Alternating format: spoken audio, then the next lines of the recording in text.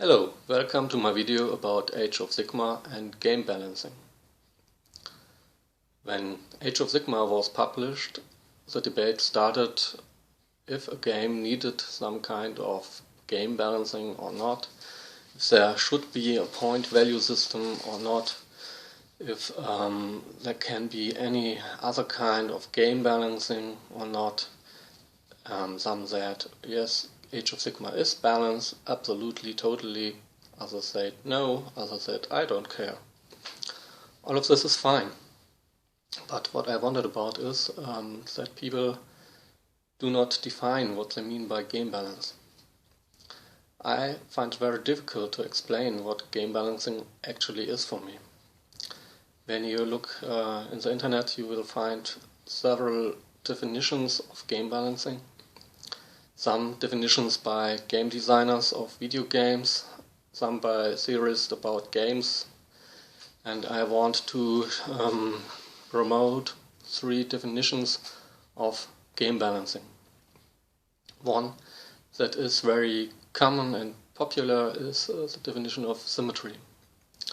A game is perfectly or nearly perfectly balanced if there is a strong symmetry. I will talk about two-player games so far. So if the balance between two players is given when there is a symmetry between what these two players have as figures, playing pieces, and what their chances will be. So if you look at chess is considered one of the best examples of playing symmetry. Black and white both have the same figures. All figures are positioned in the same way. Both players have the same chances when playing against each other, but not quite. White might have a small advantage over black, because white always begins the game. So this symmetry maybe was a model for the older Warhammer Fantasy battle system. When you use a point value system like it was done before and say yes, both players can field an army with about 1250 points each. So you say there is an equality, symmetry between those two armies because they cost 212 points, 50 points each. This has its own difficulties because it promotes objectivity that is not given when you come down to 1 point exactly with a value of 1250 points. That can't be exactly the same. But it felt for many gamers like there was an equal army. And they collected gaming experience. They would develop an own model of what is symmetry and what is not symmetry or balanced. I never heard the player say symmetry, but balanced.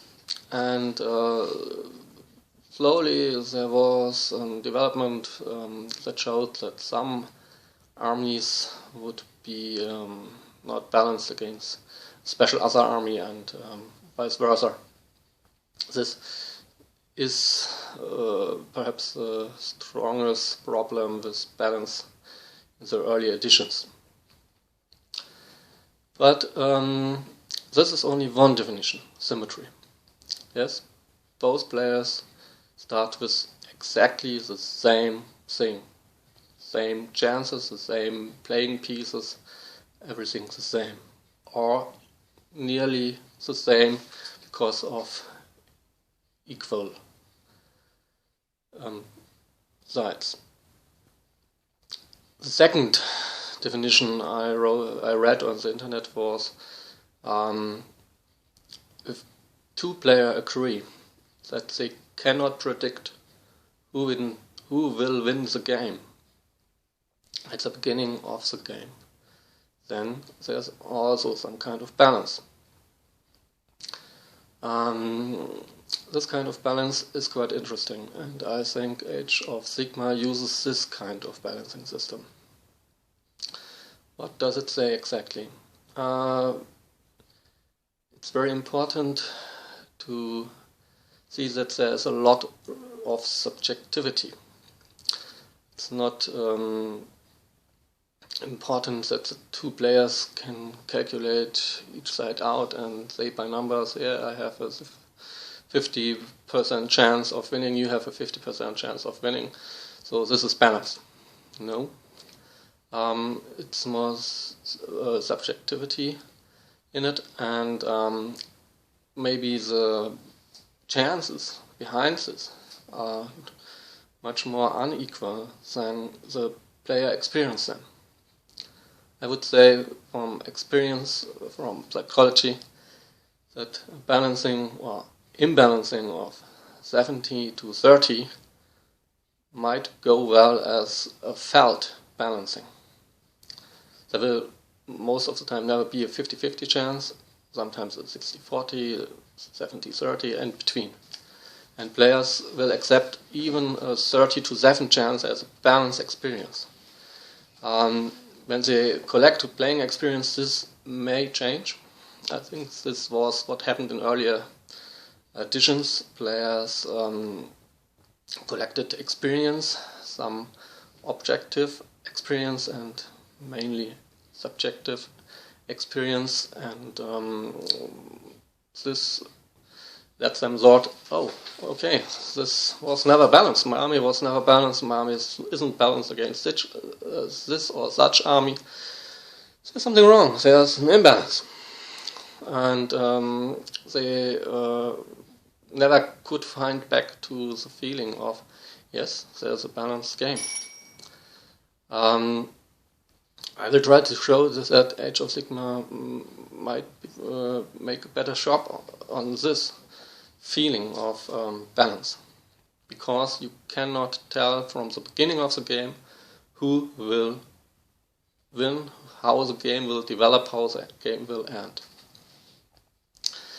I also want to talk about a third definition. This is a definition I feel happy with. It's more psychological. If two players have the impression, the feeling that they both have an equal amount of meaningful choices to make in a game, then the game is balanced. I will explain later what I mean by this. So let's look at Age of Sigmar and how the three definitions work on Age of Sigmar. First, symmetry. There is absolutely no symmetry in Age of Sigmar unless you enforce it, which can be done, perhaps sometimes very easy, sometimes more complex. It's a question if this is visible, if this is more fun or less fun, you decide. There are some points value system out there. I, of my own, had some ideas, some thoughts about this. I made some posts. I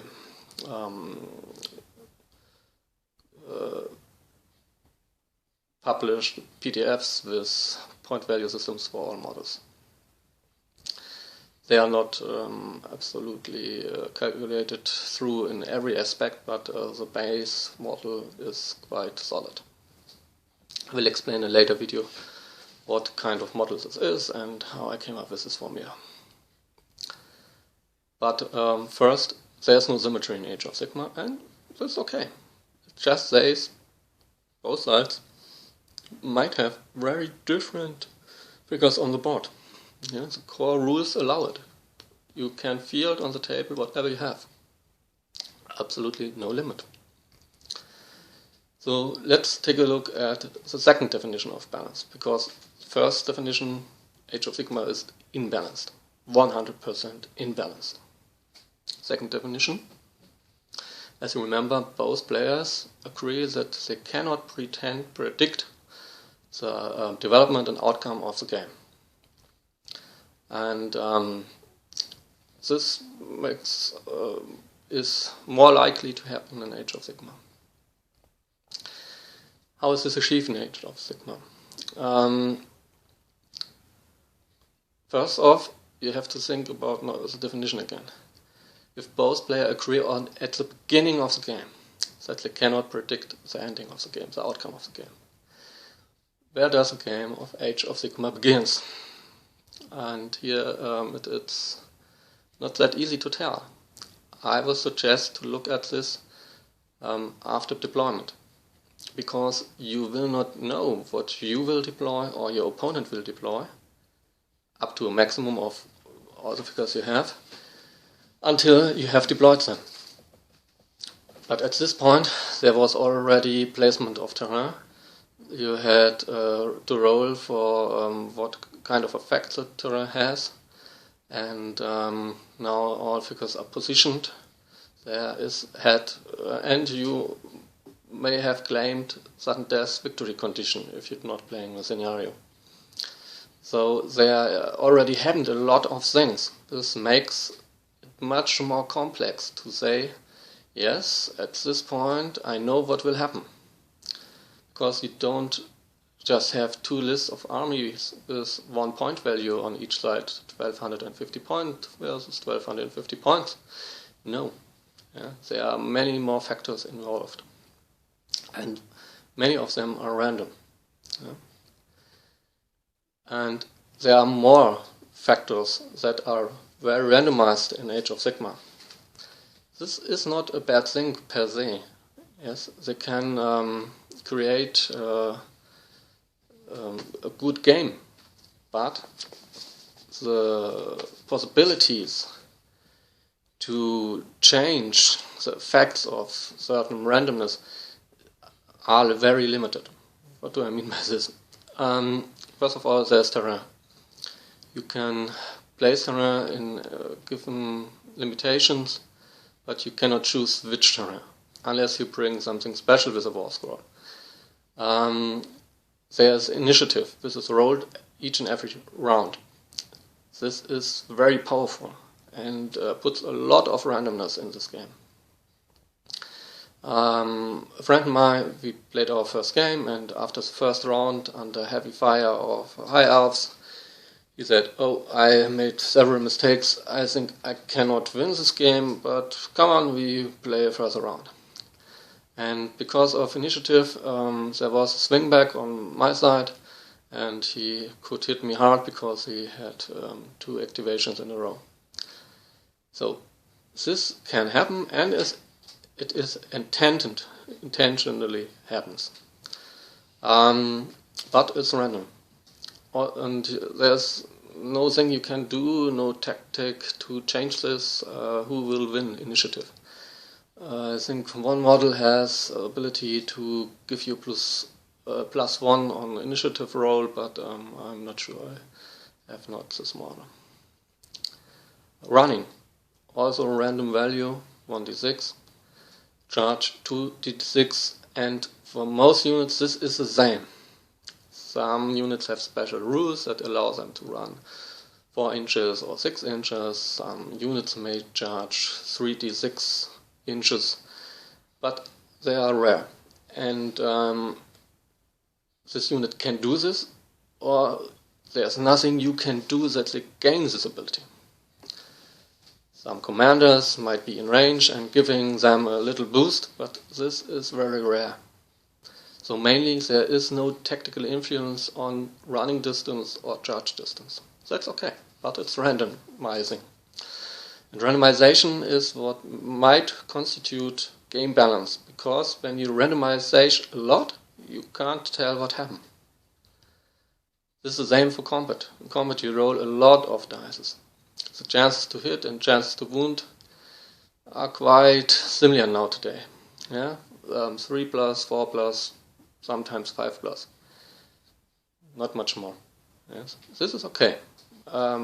But the outcome of a battle is easier to tell on one side. Yes, but the variation is very high because you have so many dice. Can be very high because you have so many dice. One thing that is also very randomized is magic. Spells, you throw 2d6, your opponent might try to ban your spell with 2d6. Every time you have 2 dice rolls against each other without any fixed bonus on them, you have a very high effect of random. Also bravery. If you roll a 1 or a 2 in bravery, this might save a unit. You roll a 5 or 6, this might doom a unit. And you have limited possibilities to influence your bravery value. The battle shock test might destroy a unit if it's already weakened. 1 and 2 are equally, the chances for 1 and 2 are equal to the chance of 5 and 6. So maybe you're lucky, maybe you're not so lucky. And this one point where I haven't read the rules because I don't own the new books, I only have the PDFs, is that scenarios include elements that are randomized. At certain points in the scenario you have to roll to see if something happens. This is further randomization. So, I think Age of Sigmar is in some kind balanced by randomization because of the lot of randomization in the game. You can't tell at the beginning of the game how the game will develop and how it will, what will be the outcome. There will be a lot of swing up and downs between the two sides, and this might be a very interesting experience, a funny experience, but it might also get frustrating. Certainly when initiative is against you, you'll have a very hard time finding a tactic that helps you to deal with this. I heard people say a lot of times, yes, you have to adapt your strategy, but please explain to me what your adaptation of strategy is. I find this very difficult because most of the time I want my units to get to attack the opponent. And what should I do when I don't know and there's a 50-50 chance that I will win initiative? Should I hold them back if I lose them, or if I would know that I win, I would push them forward? I will not know, and the chance is 50-50. So what should I do? Which direction should I decide? And yeah, what kind of strategy? I would be very interested in comments about this.